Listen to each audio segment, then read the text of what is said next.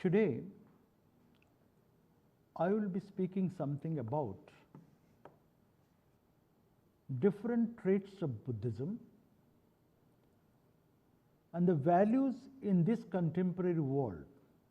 What are the Buddhist values and how these values help in different things. In this series, the first one, I will be speaking about conflict resolution, how applying through Buddhist values we can address the issues of conflict resolution. The whole world today is in great turmoil. It is full of tension, there is instability everywhere, and there are numerous conflicts every day based on ethnicity, race, religion, politics, ecology, and even ideology. They have cropped up in an unprecedented manner to disturb the peace in the society. A sense of uncertainty, a sense of frustration, misconduct, distrust, and above all, a grave risk of mass destruction of humanity is seen in every nook and corner of this world. Now, this is a serious problem, and unless and until this serious problem is addressed too, the world will be in great danger. It is therefore necessary to have a perfect conflict resolution mechanism to prevent the world from being destroyed completely. Now, how these Buddhist values will help in developing a conflict resolution mechanism? Is there any way? Has there been any teachings of Buddha how to deal with this problem?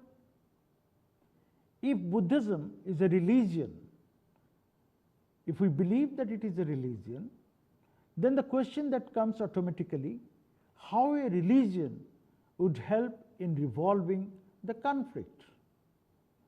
Buddhism, or for that matter, any religion, should not engage itself with the state or directly become involved in the political process, although sometimes it can offer some suggestions.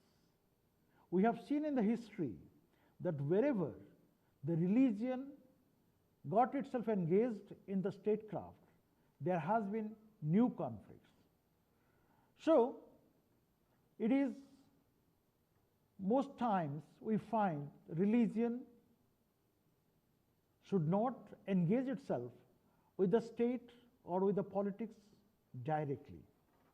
Then what happens when the religion gets engaged in this kind of things? When religion becomes tied with the state or state policy, it loses its autonomy and its ability to have spiritual gravitas, because it will lose its spiritual sin when it will be engaged directly in the statecraft, directly in the politics, directly in the state affairs. Today's world faces a new threat, the threat of terrorism, and this is caused in the name of religion by a group of people. Is it true? Some people point out that some religiously affiliated people are doing all harm in the world. Is this true? That some people say that some religiously affiliated people do all the harms? But it is true that at the same time, when this question comes, at the same time, it is also true that non-religious people do it as well by staying passive. When some people affiliated to some religion are doing the harm, then blame comes to those persons. When non-religious people, they remain passive.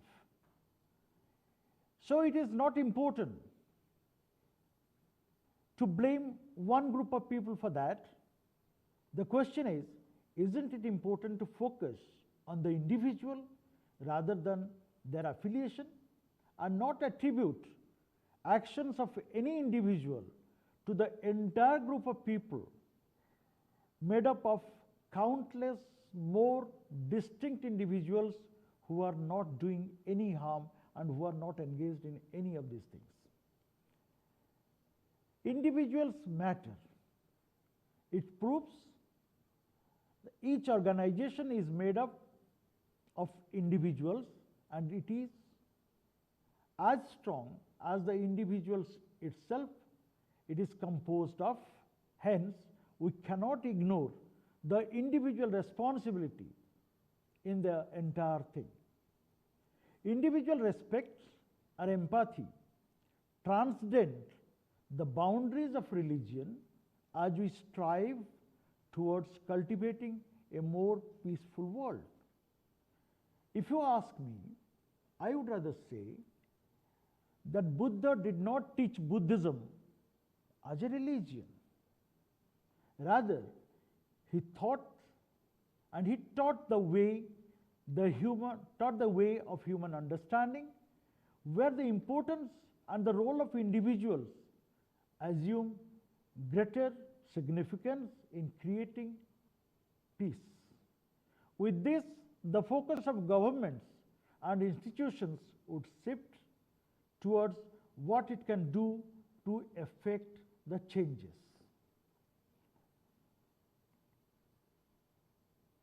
What are the Buddhist ideologies? Buddhism negates Atman or self, unlike the Hindus. Hindus believe in Atma or Atman of the self, but Buddhism believes in Anatman. There is no self. A fundamental difference between Hinduism and Buddhism concerns the self or the soul of living beings. Hinduism affirms that living being possesses a self, namely Atman. On the contrary, Buddhism doesn't believe in that. Atman is not physical and is distinct from the body. It is not in the body. It is the soul, we say. Atman is never physical, but it is distinct form of the body. Anatman or Ananta, in Pali it says Ananta, is existent beings with no self, but they are only causes and effects. Buddhist thoughts revolves around Anatman, which is not solely a philosophical but also a psychological concept, because it touches on fundamentals of suffering. When we discuss about Atman or Anatman, we must understand this analysis of self takes one closer to I, within inverted comma, I, and within the inverted comma again, others. It is between I and the others. The self takes me closer to I, myself, and it takes me away from others. The distance is maintained.